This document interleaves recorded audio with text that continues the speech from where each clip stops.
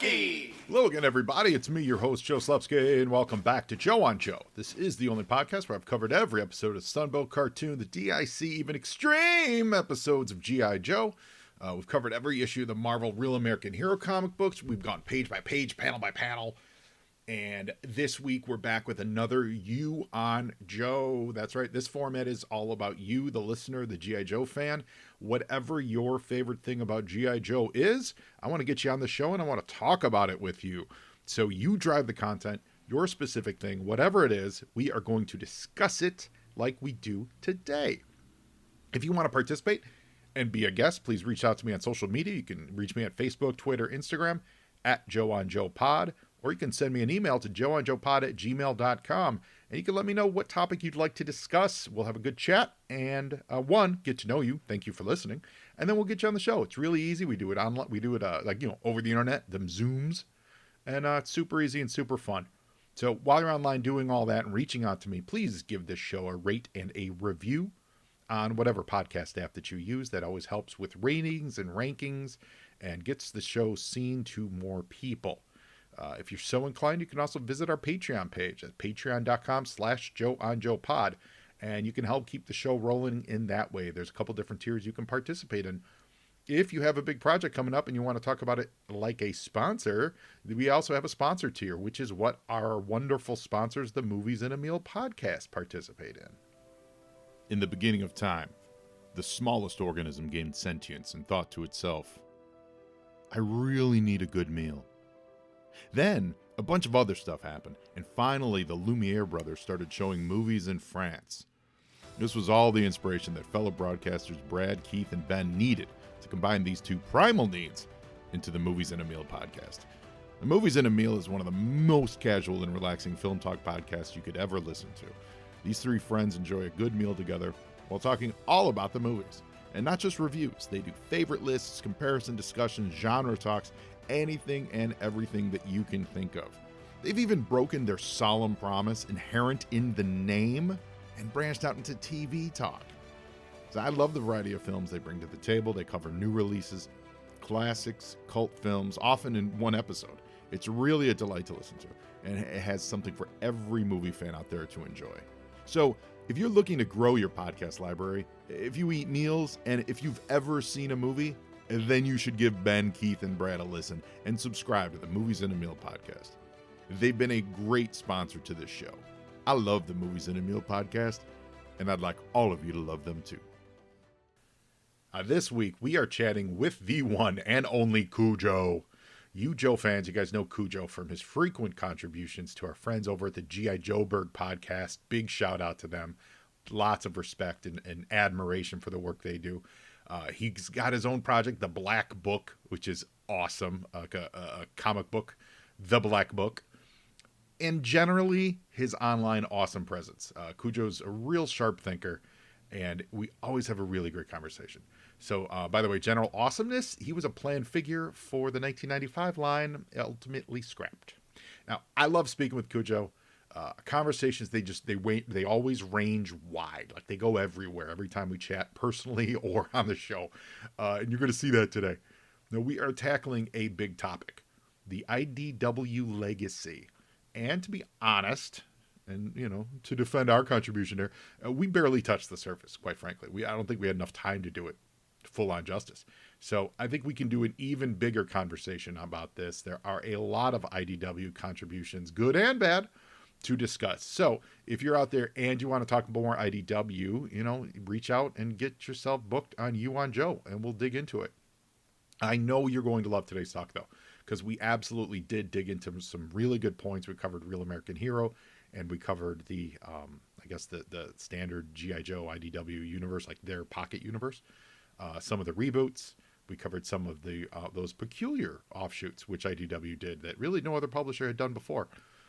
So I think we made some very cogent observations, if I do say so ourselves. Please sit back, relax, strap it down, and enjoy my chat with Cujo, talking about the IDW Legacy. What was it all for? Yeah. What new characters did they introduce? Cujo, really, what was it all for? Because we are talking about GI Joe in the era Hold on, of. save this gold. Save this gold. No, we're recording, Cooge. Oh, we're live We're right in, now. baby. Not live. I mean, we're recording. Yeah, we're recording, baby.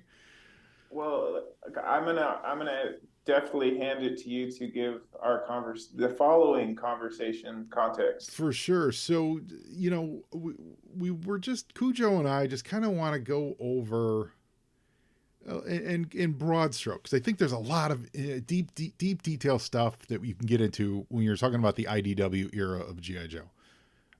Neither of us have given it like everything a reread. I think we're in that interim time where Skybound's about to start everything back up. Hmm. We're in a limbo. We haven't really gotten any other stuff, and so let's look at what IDW did, and what's our emotions on it? What's our thoughts, our feelings? You know what I'm saying? Because I mean, they had it from 2008 through 2000. When did it end? 20. I mean, they had it I for mean, a through last decade year to plus. 2022. Yeah, Yeah. that's a good long time. And It's it and for you, dear listener, what did you do with this chapter the last 16 years of your life? No, I'm sure.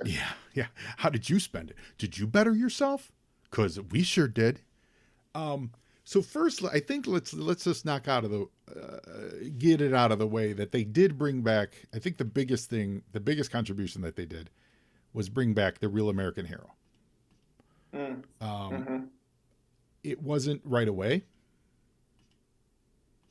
Correct? Am I remembering this correctly? No, That this wasn't is one of their first. That wasn't one of the first ones. And let me Google no, this. they promoted Cobra No, it took them right 2 off the years. bat. It took them 2 years to get into it. Yeah. So sorry, just refresh my dates there.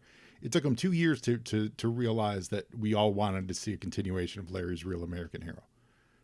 Mm. After that, I got nothing but awesome in that regard. Like we're not doing like reviews of things like that, but just they let him go. They let him do his own thing. We got the universe that we all grew up loving to continue, and they kept it going all the way up to the bitter end.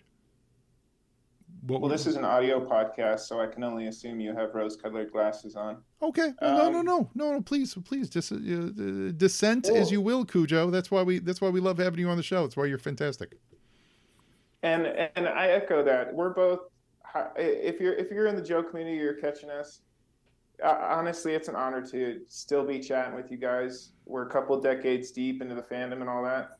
But no, as far as me and Joe go, of course, we're just coming off of the community event of Cobra Convergence, so we're active and in tune. I would say, Marvel, a real American hero. What are the notes you hit? What does it leave you with? The last issue is the team folding up the flag, I think. Right. So I think it had a strong resonance to it. And you move to IDW, which, in the words of, I want to say Chris Rael, whom I interviewed once upon a time, and is a great dude. They call him the nicest guy in comics. I think it's true. But he said that the IDW was more about the supernatural elements, the kind of superhero qualities that the characters came through. Mm-hmm. They did focus a majority of their energy on a handful of characters. I don't know, is it too deep a cut to ask you, Joe? Like, how did you feel about that treatment? Well, you seem to have jumped directly over what we were originally talking about, Cujo, which was the Real American Hero Larry Hama one. True. Yeah, that's where we were going. So let me pull you back real quick and get some thoughts on how did you feel about the Larry Hama continuation, the actual Real American Mm-hmm. Hero series. What were your total thoughts on that? It took them 2 years to restart it, ran all the way to the True. end. Where did you land on that? Well, I think you and I both have reverence towards Mr. Hama. So that being said, I do think editors can make or stunt a writer or a creator. I think they put um, Hama in Spin Cycle. IDW did a little bit. Instead of red ninjas, it was blue ninjas.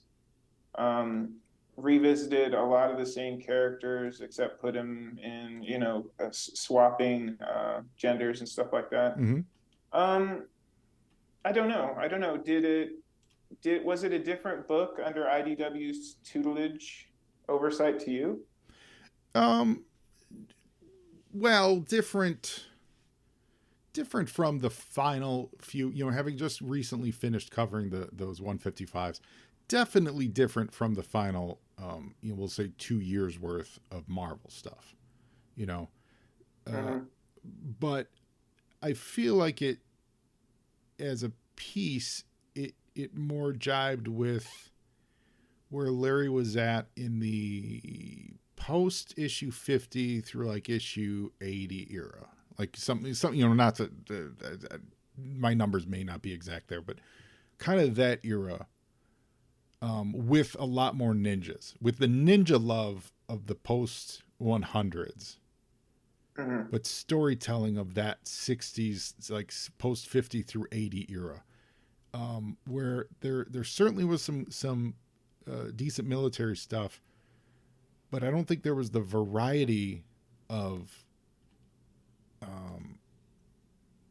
character work that I enjoyed in the pre 50 era. You know what I mean? When Mm-hmm. the line was still relatively new and they were feeling their oats and they were introducing new stuff like the dread, just all the new stuff you get in the first 3-4 years of GI Joe. Um, Definitely. and so and you're right. I do think there was a lot of wheel spinning, a lot of a lot of a lot of the same stories kind of rehashed, but we saw that a little bit in the Marvel version of it. you know Yeah. there were definitely stories and themes that we were seeing repeated over and over again. That's actually not new at all. um it's just you refresh it with new characters and with updated results, things like that.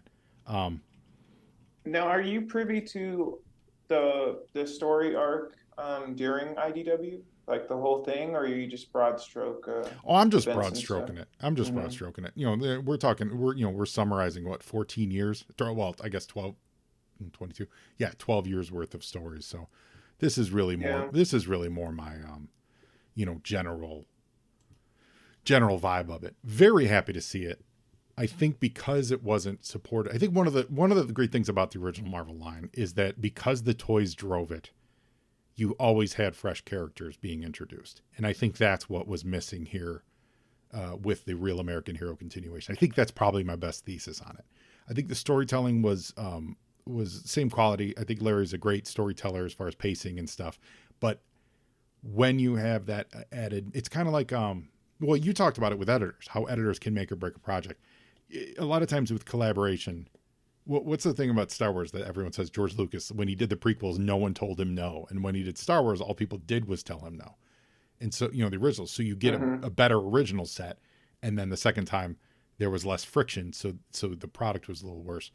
I think if No, you that sounds right. yeah, Like, I think if you took that same kind of premise and said in Larry's second run, because there weren't this constant introduction of characters, I don't think it felt as fresh to us. To me, speaking for myself, it didn't feel as fresh because there wasn't that extra outside third party forcing something on Larry, which he would then masterfully weave in, and we'd get more interesting stuff.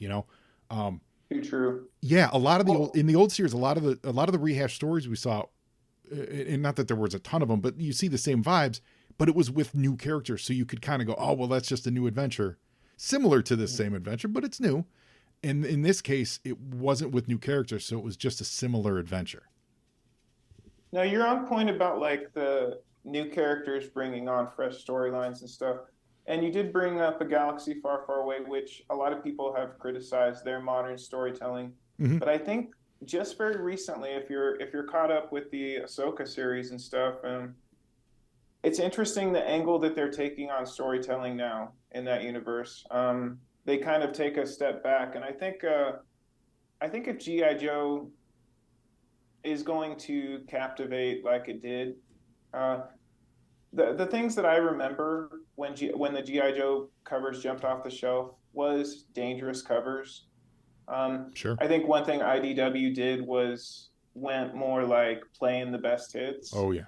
Uh, so I think that's broad stroke across, because of course IDW had a lot of different titles, but we went into an age of storytelling that almost felt industrialized. Like, Mm-hmm. okay, you do a cool Snake Eyes cover, but the book's going to be about this, you know? That's a So you like, you bring up a great point. So let's segue from the real American hero conversation into the more mainstream series, but this mm, topic straddles both, which is IDW are absolutely the current, I'll say the word masters, but the current multi-cover variant kings. Like every issue oh of GI man. Joe, every issue of GI Joe had two, at least two covers.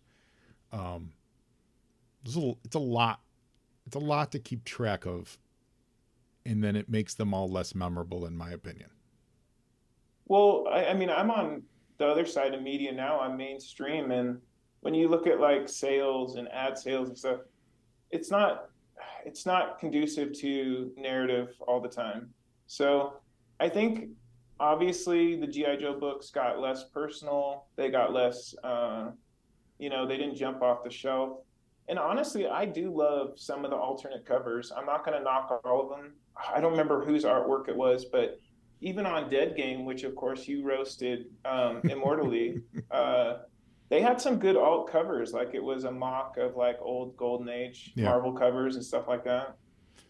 Well, I don't know if you recall that. It I was know like a Hulk I do, cover. I do, and this is, I mean, this is a broader. We actually have talked about this on the show in broader terms regarding the comic market, and I need a caveat. No reflection on the actual, what I think either one of us would deem like artistic merit of any of these covers for the most part. All these Mm-hmm. covers look amazing. They absolutely do look amazing. But I think, just like in the you need to know sometimes, I think there needs to be someone controlling it to say, that's a beautiful piece of artwork. Well, they'd commission it, but to say, we need a cover, we only need one cover, or, um, or it needs to be more focused or something, because what you're getting is you're just getting this flood of great imagery, which doesn't connect you to what happened on the interior of the comic book. Yeah. Which, in my opinion, is a bigger, broader issue for the industry. So I'm certainly not blaming IDW for that. But I do know that my G.I. Joe, I could look at almost any issue of the G.I. Joe IDW years and have no idea what happened in that series, with the exception of like Cobra, the Chuckles Cobra Mm-hmm. one. Um, Well, they're I find really good it. looking art. They're really good looking art pieces, but the cover has to serve two masters to a comic book, and I don't think they did in this regard. Again, totally broad stroking. I'm sure we could find Well, stuff that absolutely served. we come from the era of choose your own adventure covers. What the Hardy Boys. Yeah. Every time you saw a book cover, somebody was in danger. Yeah. Well, So that's what you want. You want I danger. agree. I You agree. want peril. You want an exciting reason. I mean, I'm looking at uh just it's on the wiki page. It's GI Joe Zero, so it's like one of their early issues, if not the first issue that IDW put out. And it's a good looking cover, and Duke's in peril and everything, but it's got nothing. It doesn't tell me anything about the inside. I don't know Yeah. what's going on in there. But I get it. You can make that argument about a lot of covers, but we do know that old school Real American Hero did not have a lot of representational covers. They didn't have a lot of vanity covers. They had some really memorable ones, but even some of the more memorable ones absolutely tied into what was going on in the series. Snake Eyes and Storm Shadow back to back at that doorway. Oh yeah. That happened inside. Roadblock and Duke holding Cobra Commander hostage. That's a great cover. That happened inside. Oh yeah. Like we're just in this era again. It's the era. It's not IDW's fault. We're in this era of flooded imagery, making all of these comic books just feel forgettable or next in line. And I think it hurts. I don't know. I think in the big picture, it may spike that issue sale, but I don't think it builds long term attachment to, I don't know, to a series. They say GI Joe is like the everyman, and that's why it works for some people, some doesn't. But would you, having seen characters rebooted and characters, I don't know, sometimes somebody else is wearing the Snake Eyes outfit and stuff, would you not be more compelled as a modern Joe fan to pick up a book, say like IDW dabbled in like niche series? I think Paul Aller. I've never had the privilege of reading that, Mm-hmm. but the artwork is sharp as hell, I thought it and looked, they yeah. were fresh characters. So I mean, like, I think there's something to that. Well, Like, let's segue then off that into um, just the kind of the stories that IDW told, right? So, um, so they did start with their own fresh IDW continuity, back in 2008, right? mm-hmm, mm-hmm, And for the most part, I believe it was pretty much the same universe. It was the same continuity, even though they restarted many, many times. It was always still considered to be the same people. And I've, as far as like publishing plans, that makes sense to me. You're starting at a new company. G.I. Joe hadn't been published in a little bit at that point. I think a couple years at least. Right? I think Image ended in like 2006. Is that right? you'd know better than I would, comic Yeah. book man. But it was off for a little bit. It definitely Mm-hmm. took a break. And so they're going to put their own stamp on it. So that makes sense to me. They did a bunch of origin stuff. They did G.I. Joe Cobra, which is dynamite. We've talked about that at length on this show before about how great that series is. Mm-hmm. But Cobra, I think, was the first sign that they were going to do stuff a little bit different and tell some more True. offbeat stories. They did the Hearts and Minds miniseries, which I really liked a lot. That was written by Max Brooks. Very Those special. covers were sharp. Yeah. Howard Chaykin, I think, did most of those. Very special mission-y, feel. Mm-hmm. And according to this timeline here, Infestation, where G.I. Joe did that crossover, there was like an IDW universe. Did you ever read this one? Oh no, actually, that was one of the highlights of their GI Joe run for me. Yeah. So that was a hella compelling underwater chapter yeah, it for was it was Joe. it was a fun story, but I think that was like the first tickle into the larger universe of IDW, because that Mm-hmm. Infestation crossed over with Star Trek and Ghostbusters and Transformers and all that. So that was exciting, but that was kind of like we could do something different.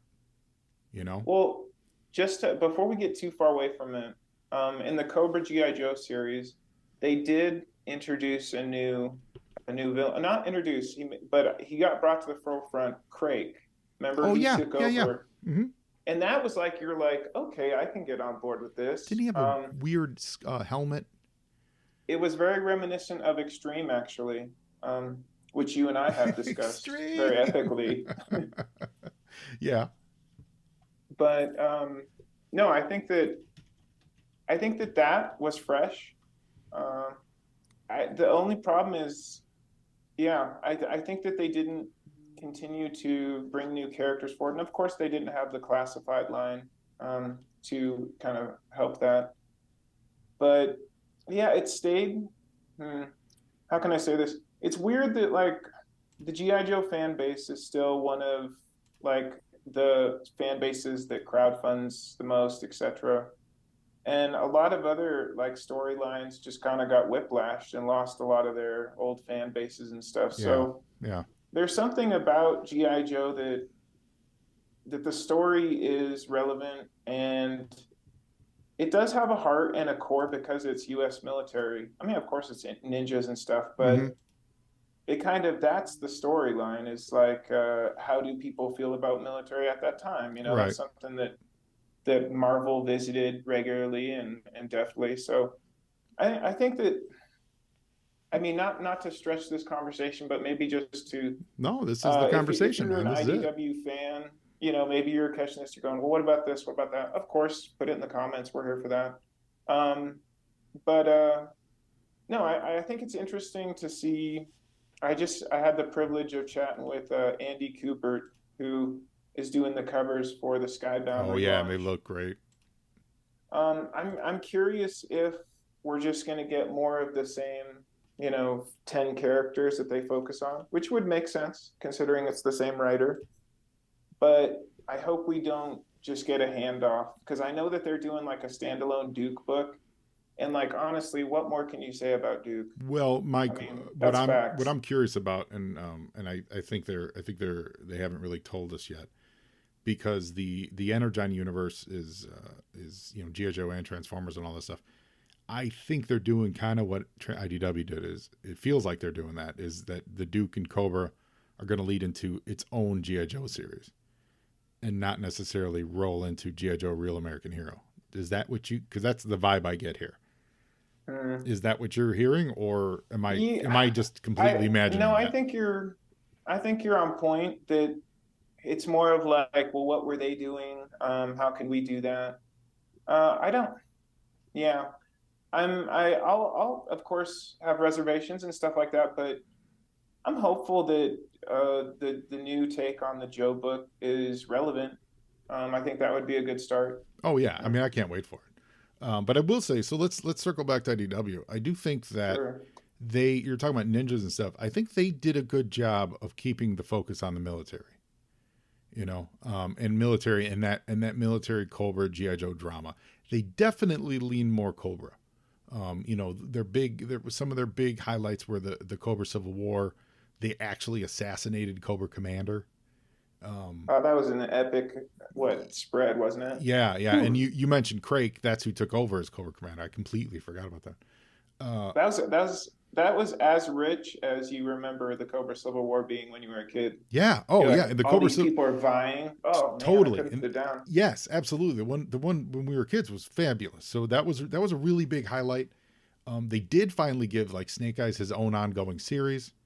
And then Storm Shadow joined. It is hard. I get it. It's hard to keep a series about a guy that doesn't speak. Um, I get it. He can think a lot. Yeah, I'm not gonna hold it against them that they can't keep a Snake Eyes It's a series very running. ponderous It series. really is. Yeah, yeah, yeah.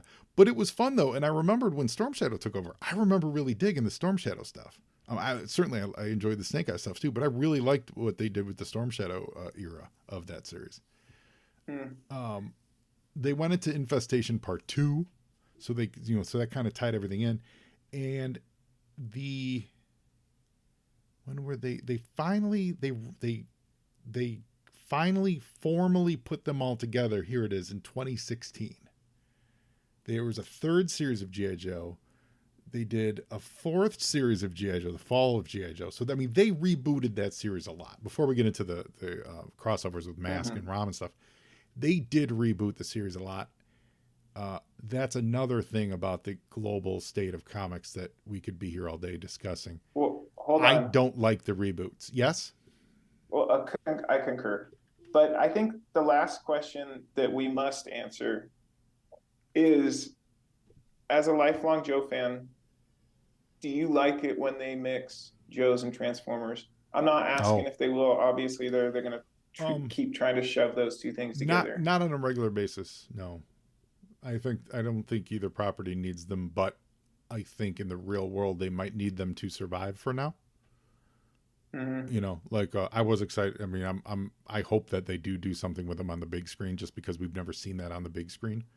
But in the comic books, I like it when they occasionally cross over, but then I would prefer they go on their merry way, because as soon as and no shade on the Transformers, but you introduce gigantic space talking robots that can transform into vehicles, and you're changing the entire premise of GI Joe. You know, Ludicrous. yeah, yeah. I can only put up with believing like that suspension of disbelief, that humans can fight robots like that so much. You know what I mean? I think, of course, we have the ears of both IDW and Skybound. But honestly, I feel like if you look at Star Wars, whether you like it or not, it's still relevant. It still thrives. Where did they go? They went back to the Clone Wars. They started talking about the Dirty Dozen or the Broken Dozen or whatever.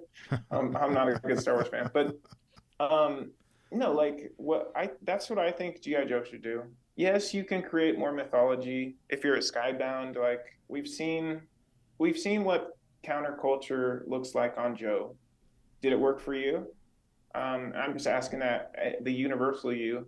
You're talking about But the Paul Aller series? no, I'm talking about just like when you look back at a publisher, idea and design works, what they did with GI Joe. Did they see what you saw? Stuff like that. Yeah. But honestly, I'm here for smaller stories. Like whether you take, I think in Star Wars they just did a series called like Return of the Jedi from another perspective, or they go through each movie. Mm-hmm. I think everybody would be here for just stories from different soldiers' perspectives. I Yeah. I mean, mean, you're talking that about can't go on forever, you're but you're you're talking about special missions then, and yeah, we've that sounds seen right. we've seen special missions come and go over the years. Um, I enjoy a good special mission. I enjoy an anthology book. Anthology comic books don't sell. They've always been hard. They've always been a rough go. I think there's a lot of reasons why they don't, but um, the stories tend to be not forgettable per se, but more throwaway. Um, Hmm. Even a character like Batman, Legends of the Dark Knight, that can sustain a long, healthy run because it's Batman. But then you look at this, you look at the real memorable series stories that came out of that. And maybe there's 4 or 5 that are like worthy of going, oh, that's canonized. Hmm. Um, but I mean, yeah, I think GI Joe is the perfect recipe for that. But I don't know that it would be sustainable. I wish it were. I wish it were. When we were at that con last year and they said like GI Joe sold something like 8,000 copies, I think. That's crazy. Then it's really just a like a copyright Hmm. placeholder. That was wild. But if that's the case, if that is the case though, then Well, then don't you, as the publisher, don't you start taking wild swings? Which in a way IDW did at the end when they rebooted it and did the Paul Aller stuff. Even the Scarlet Strike Force, completely. oh, We you can. had to pick at that one, did you? Well, no, but that Nah, was I'm playing them. around. That was them making a wild swing, right? Well, Lots of let reasons. the Lots record of reasons why it didn't work. Real world let the reasons. record reflect. Of course, if you know me, if you know GI Joe, of course I made it personal once upon a time, and I've grown since then. Um, but I definitely think that like GI Joe, the fandom, again, of course we're talking to everybody, but if we're talking to Skybound, you're talking to the smartest group of people in the world, Oh yeah.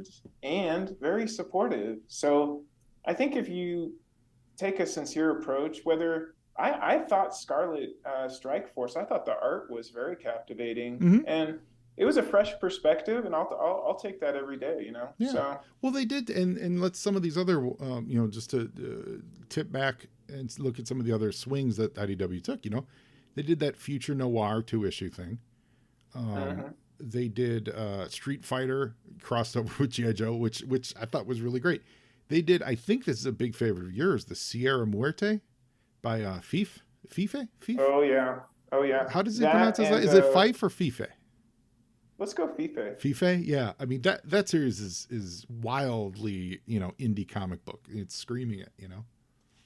I feel like it should have been put out in a trade paper with more visibility Mm-hmm. because I think everybody would enjoy that. And also, of course, you have to tip your cap to GI Joe versus Transformers. I was gonna say that too. That was so good Yeah, and so just wild and out there. That one I think suffered a little bit from them not preparing us for what it was. true. A lot of the books, and it's no fault to the creatives because honestly, if No. you're a creator, it's hard to promote and vice versa. Oh yeah. But Well, if you're yeah, a a lot of those hold books on, did not wait a get the minute. visibility If they you're a should have. creator for a company and it's not your personal business, yes, I know the real world is all the creators have to do their best to promote, but that promotion should be on the company. That's literally what your publisher is there for. If your publisher isn't Well, getting behind your book and doing your or at least spearheading the promotion, then what is the publisher? sometimes Then it, what is the publisher doing? in some cases, the publisher or the promotions roasted the fan base, so that probably wouldn't have helped too much. But no, I think I'm with you. Let me ask you this in closing, since Yeah, you this got has it. been such a riveting chat. What's one character, and of course it can be old style or toilet teal, but what's one character that you hope Skybound finds and does something with, much like we saw Chuckles or something? Oh, sure. Well, G.I. Joe, I would love for them to do more with, you know what? I'll throw this out there, Blowtorch. All right. Yeah, he's Yeah. a favorite figure of mine, and really has never had any real love on the printed page. No, that's a sharp pick because I mean, he's got the feature where he can have the mask on or off, so you got like a couple layers of artwork there. Yeah. I like Plus, that. what's more tragic than someone probably dying in a fire that he feels guilt about? True, and And people do draw cool flames. what about you, Cooch? Mm, I think um, I always think Shockwave, even though his Mm. name is probably lapsed, trademark or whatever, but They just I think announced he's an an interesting action figure character. for him, so they have him an action figure. He holds an interesting job. He's got, an interesting file card. I think if I would see one, I don't know who my baddie would be. I guess we'll save that for our next chat. No, no, let's But figure a Betty. Let me think. I'll take my turn all next. right, you first. You first. I love the oddballs. I do. So, I'm here for exploring the Raptors of the world, Oh, the Croc Masters of the world. Um, you know what? I if like it. Yeah, like so, I guess from that crew. Um, you know what? I'm gonna say Headmaster. Oh wow, I'm man, gonna say those Headmaster. pinstripes. Yeah, yeah. You update the look, but drugs haven't gone anywhere. No, that's true. Drugs That's have true. not gone anywhere. So what would What a time is it? yeah? Um, Oh yeah, you got to roll. But what would no, a I'm playing around. 2023 headmaster? Oh right. What would a 2023 headmaster look like? Yeah. I like that. No, honestly, when you mentioned a Raptor, I mean, like, hey, Marvel Spider-Man made Vulture pretty damn dangerous. Mm-hmm. I think that would be a modern take on Raptor. Yeah. Yeah. I think that'd be Yeah. cool. I think that'd be Be a good. hit with the Yeah. accounting crowd. That's the thing. The one thing that comic books will afford you is the ability to dig into and explore the B level characters. When you're doing the action figures, we've seen it every line. They always have to start with those first, 10 figures because they need to make the money to sell the line to get people hooked My God. you know what I mean? To then dig into Yeah. the lesser tiers. On comics, man, you can do a Chuckle story right out of the gate, which is what IDW did. You can do that. Word. Yeah. Let's hope that some bold ears hear that. Totally. Oh, and for the record, we talked about it a couple of times, but I don't think I've ever given an opinion. I really enjoyed the Paul Aller stuff. I did. Absolutely. I thought the story was really dope. I thought it was a great kind of modern refresh rebranding. I did not like at all whatsoever the fact that they weren't in recognizable costumes. I think that was a big mistake for that series, especially because the artwork itself, while really gorgeous actually, but I forget who the artist was. It was more simplified and it screamed to have recognizable people. I couldn't tell who was who from panel to panel.